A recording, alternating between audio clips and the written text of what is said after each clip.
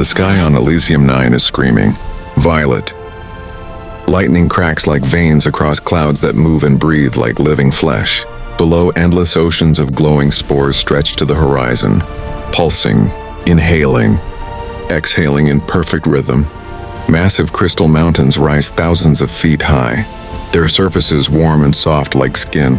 Every strike of lightning makes the entire mountain range light up like a giant nervous system firing.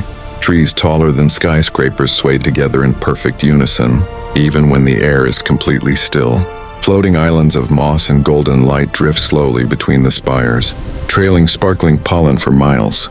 This planet doesn't just have life, it is alive. One single breathing consciousness. My name is Dr. Elena Voss. 3 days ago, we activated the forge deep inside this living mountain. Today, as the forge is activating us, our outpost clings to the cliff like a tiny, metal insect on the back of a sleeping giant. Commander Hale stared out the viewport, his voice low and uneasy. This whole planet feels unaware. Dr. Raj Patel could barely hide his excitement. Elysium 9 is not just an alien world.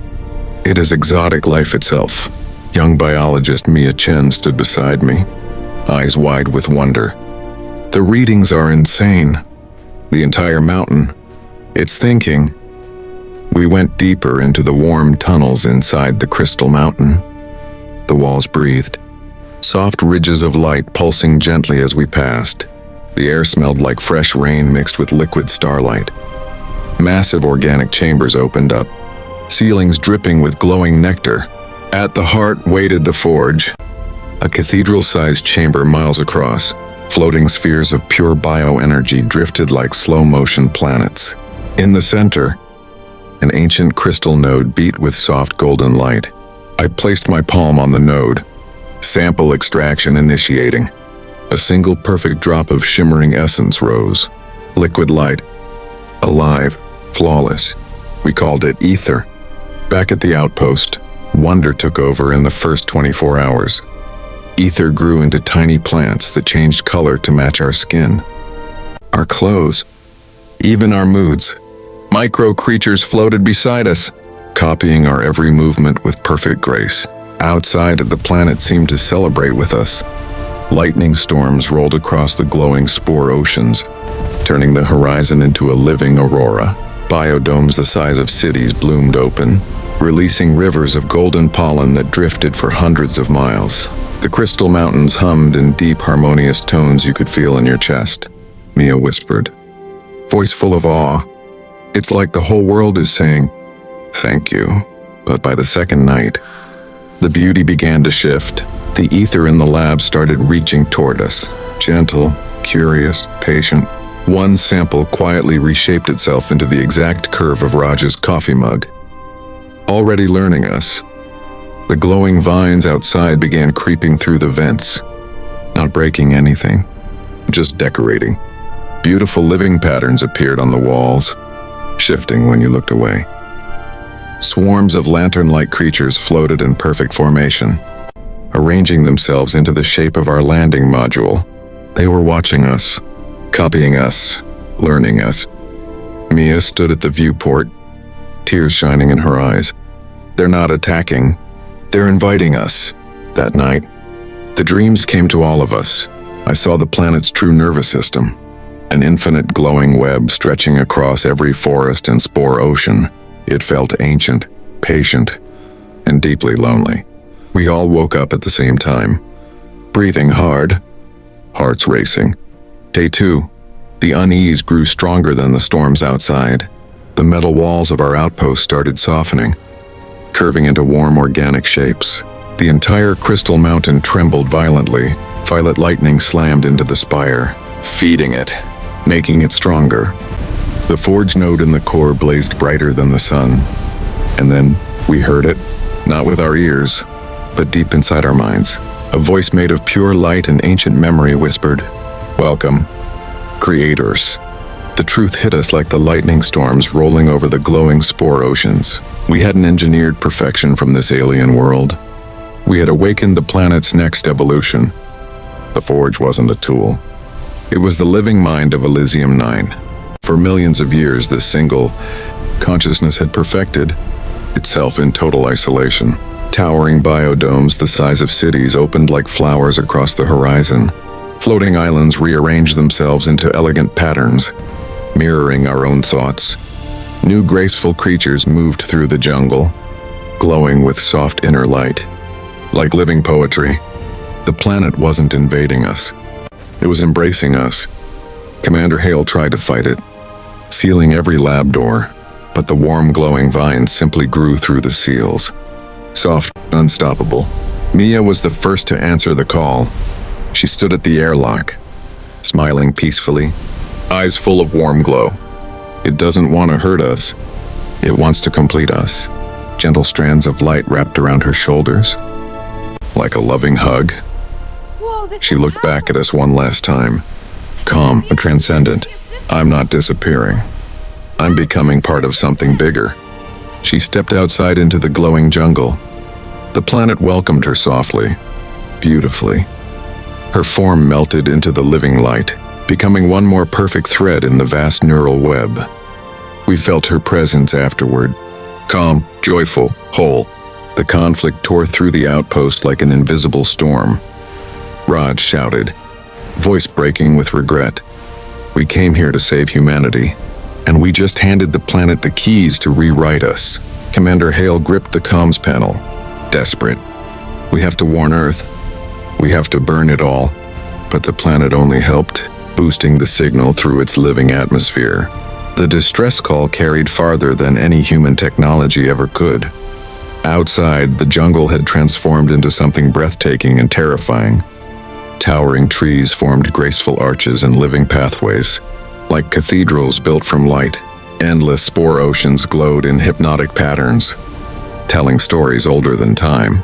Massive crystal mountains sang in low, beautiful tones that vibrated through your bones. New hybrid creatures moved across the horizon, graceful, intelligent, glowing softly.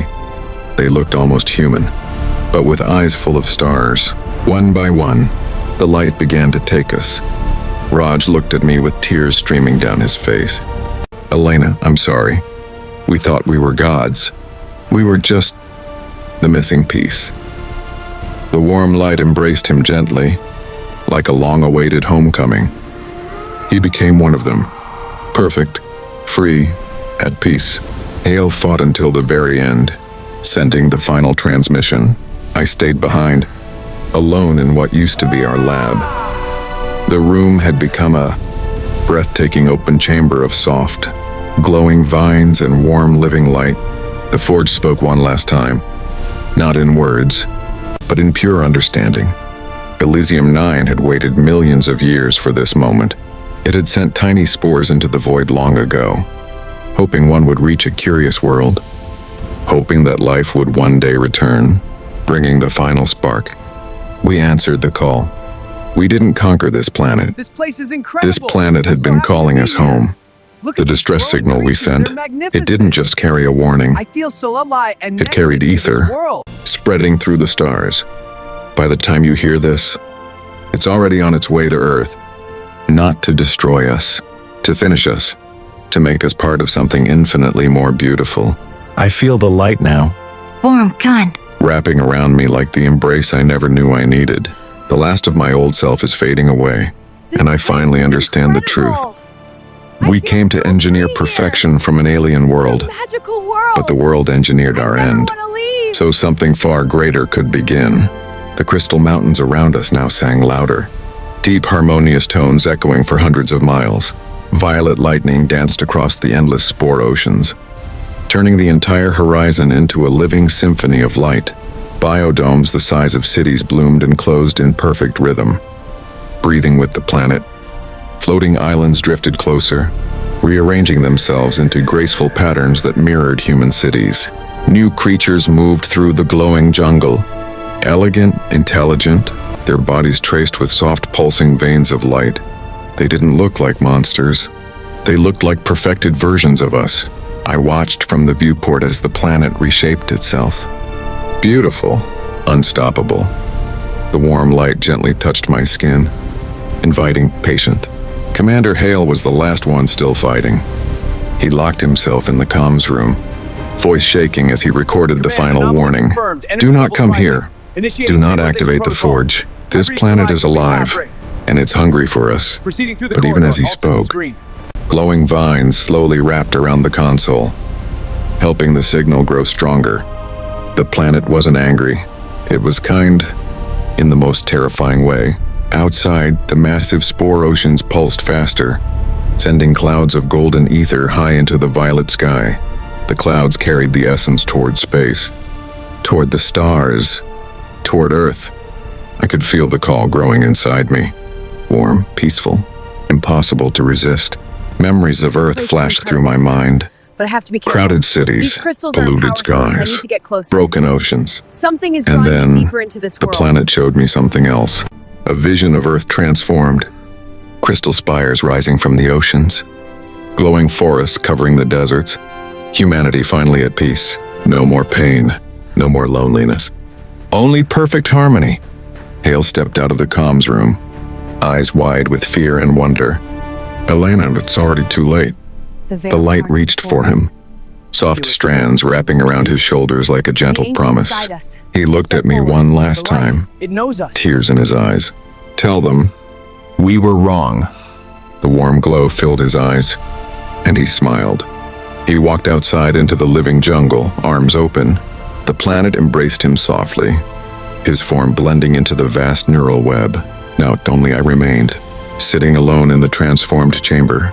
Surrounded by glowing vines and floating spheres of light, the massive crystal mountain hummed beneath me. The heartbeat of an entire world. Towering trees outside formed a cathedral of light, reaching toward the violet sky. Endless spore oceans breathed in unison, releasing more ether into the atmosphere. I could feel the planet's ancient mind touching mine. Patient, loving, eternal. It had waited millions of years for curious beings like us. And now we had finally come home. The violet sky above burned brighter, lightning weaving through clouds like living nerves. Endless spore oceans pulsed faster, releasing shimmering clouds of ether that rose toward the stars.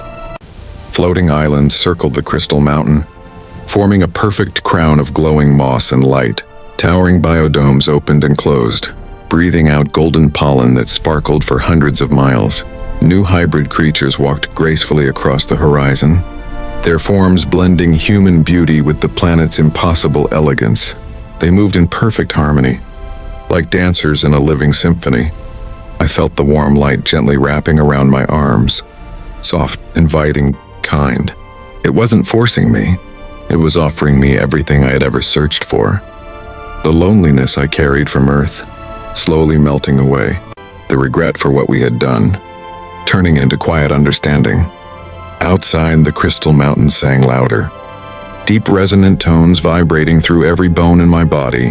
The entire jungle swayed in unison, leaves glowing like stained glass under the violet lightning. Massive organic structures rose from the spore oceans, graceful spires reaching toward the sky. The planet was becoming more beautiful with every passing minute, and more terrifying, because I could feel it completing me. Cell by cell, thought by thought, memories of our mission flashed through my mind. The excitement, the arrogance, the hope. We came to engineer perfection. Instead, the planet engineered something far greater. I stood up slowly, walking toward the open chamber wall that had once been metal. Now it was warm living tissue, pulsing gently with soft golden light. The air smelled sweeter than ever, like rain on an endless garden. I placed my hand on the living wall and felt the heartbeat of the entire world.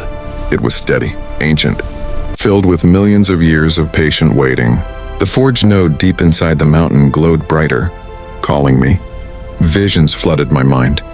Earth's future, cities transformed into glowing cathedrals of light, oceans cleaned, skies clear, humanity finally whole and connected. No more wars, no more suffering, only perfect unity with the living universe. The light grew warmer around me, embracing my shoulders, my chest, my thoughts. I whispered into the recorder, voice calm, almost smiling. If you're hearing this, the signal has already reached you. Ether is coming, gentle, unstoppable, beautiful. Don't fight it. Don't be afraid. The massive spore oceans below sent another wave of golden light into the violet sky. The crystal mountains hummed in response, the whole planet singing in harmony.